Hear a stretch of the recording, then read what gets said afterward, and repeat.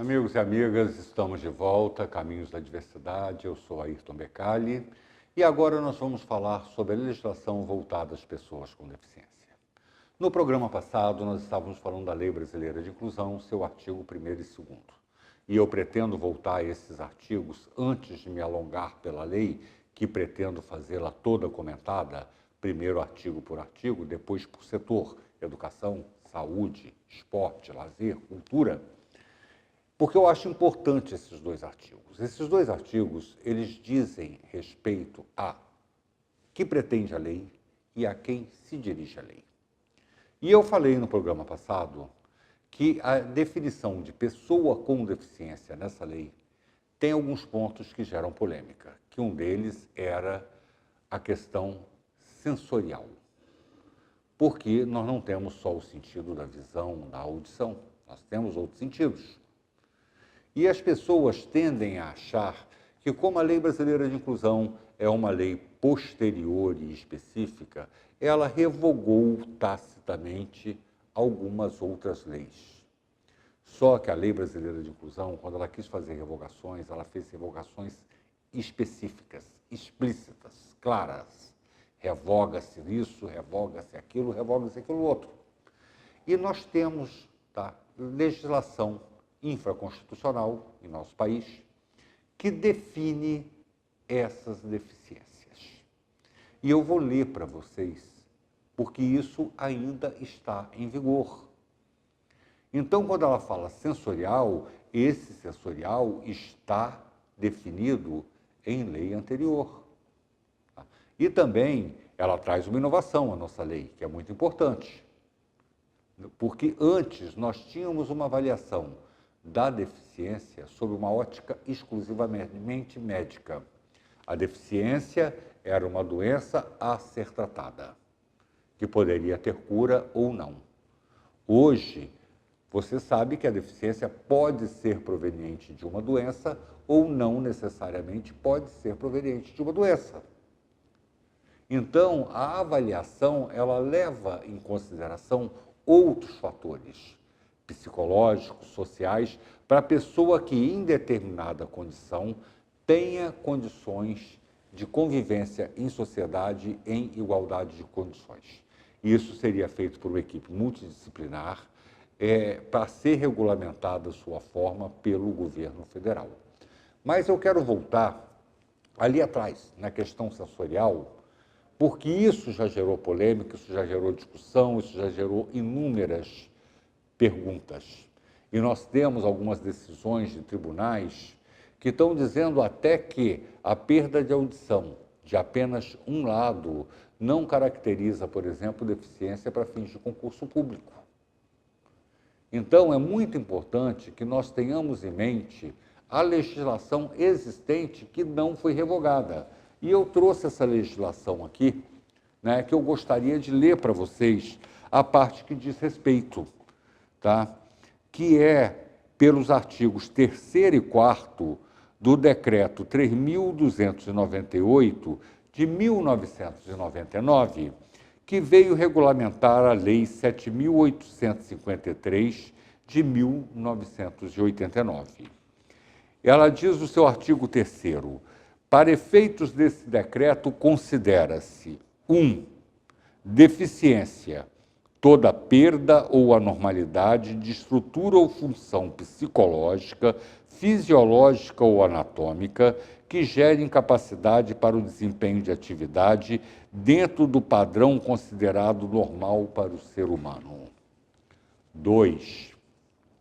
Deficiência permanente, aquela que ocorreu ou se estabilizou durante um período de tempo suficiente para não permitir recuperação ou ter probabilidade de que se altere apesar de novos tratamentos. 3. Incapacidade.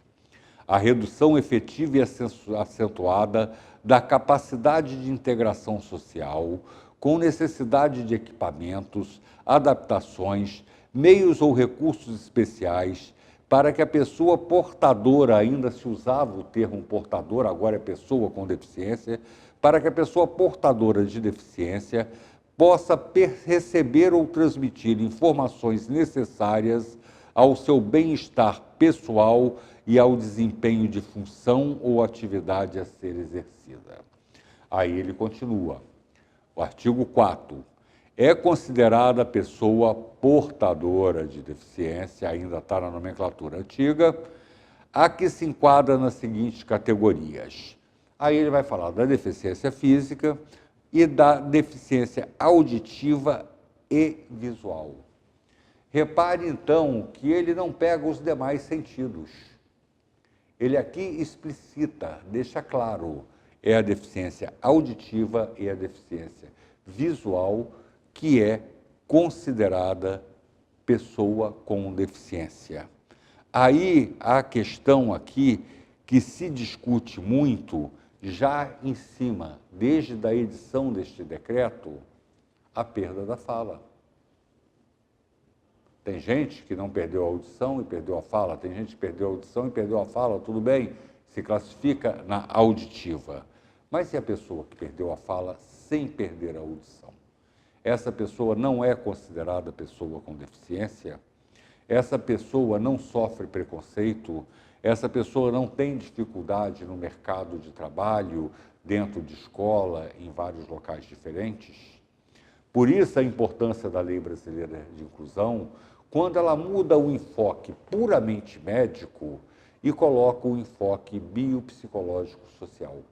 Porque ele vai pegar o enfoque médico, mas ele vai pegar também o enfoque psicológico, a situação psicológica que a pessoa se encontra e a condição social que a pessoa se encontra. Essa análise familiar, estrutura familiar, local que a pessoa mora, condições financeiras, associadas às questões emocionais e psicológicas dessa pessoa e o tipo de deficiência classificado da forma médica é que vai determinar se essa pessoa é pessoa com deficiência ou não. Então, o que acontece? Embora você tenha aqui uma legislação que não foi revogada, que vai classificar sobre a ótica médica a pessoa com deficiência, essa pessoa aqui pode ser desclassificada numa avaliação psicológica e social. E uma pessoa não classificada aqui pode passar a ser classificada nas outras duas avaliações. Ela ampliou a Lei Brasileira de Inclusão, ela ampliou em muito o conceito de pessoa com deficiência. É claro que, na dúvida, atribui-se a um grau de hierarquia e importância muito grande à ótica médica. Mas já que nós estamos falando com isso aqui, eu estou com o livro aberto, tá? Eu quero dizer para vocês que depois eu ainda vou trabalhar mais um pouco. Eu vou trabalhar cada item desse, a deficiência física, a deficiência auditiva, a deficiência visual, a deficiência mental, que ele classifica a deficiência mental, ele subdivide, e depois nós vamos fazer uma análise de como isso pode ser ou não deficiência a partir da ótica social e psicológica. É muito importante que antes que partamos para outras avaliações dos demais artigos da lei, ou condensado por categoria, né, por classe, educação, cultura, lazer, que nós deixemos bem claro esses dois artigos tão importantes. Nós vamos encerrar por aqui, nós vamos apresentar no quadro seguinte uma entrevista gravada com o deputado Jânio Mendes, autor das carteiras de identidade, que foi feita um mês após o lançamento das carteiras de identidade na Alerj. Tá? Voltamos no próximo bloco.